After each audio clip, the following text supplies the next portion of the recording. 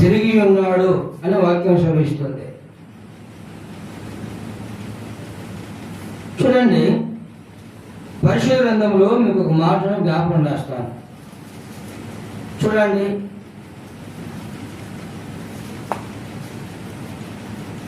రెండవ దినవృత్తాంతాల గ్రంథం 20వ అధ్యాయము 12వ వచనం. చూడండి, రెండవ దినవృత్తాంతాల గ్రంథము 20వ అధ్యాయము 12వ వచనం. మా దేవా,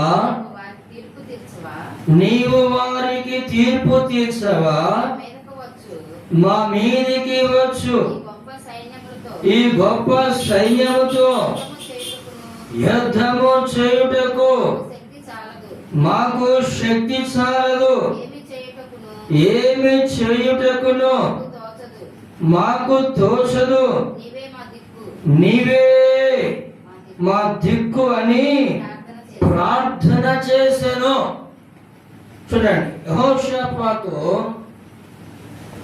చేసిన ప్రార్థన ఇది.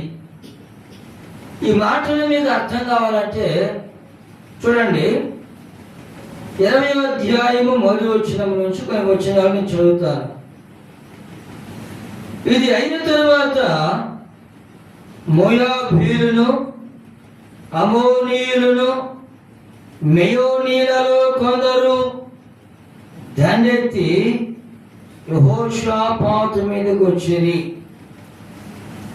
అంతలో కొందరు సముద్రము ఆవల నుండి సిరియానీయుల తట్టు నుండి గొప్ప సైన్యం ఒకటి నీ మీదకు వచ్చుచున్నదని చిత్తగించుము, వారు హసాసోన్ తామార్ అనే యజ్ఞదిలో ఉన్నారని యెహోషాపాతుకు తెలియజేశారు. యెహోషాపాతు మీదకి ఎవరుతున్నారంట? మోయాబీయులను, అమోనీయులను, మెయోనీయులలో కొందరు దండెత్తి యెహోషాపాతు మీదకి వచ్చారు.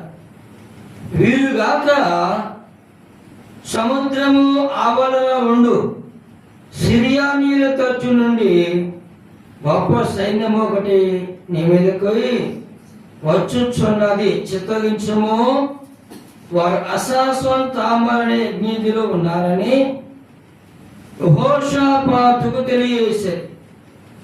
అందుకు యెహోషాపాతు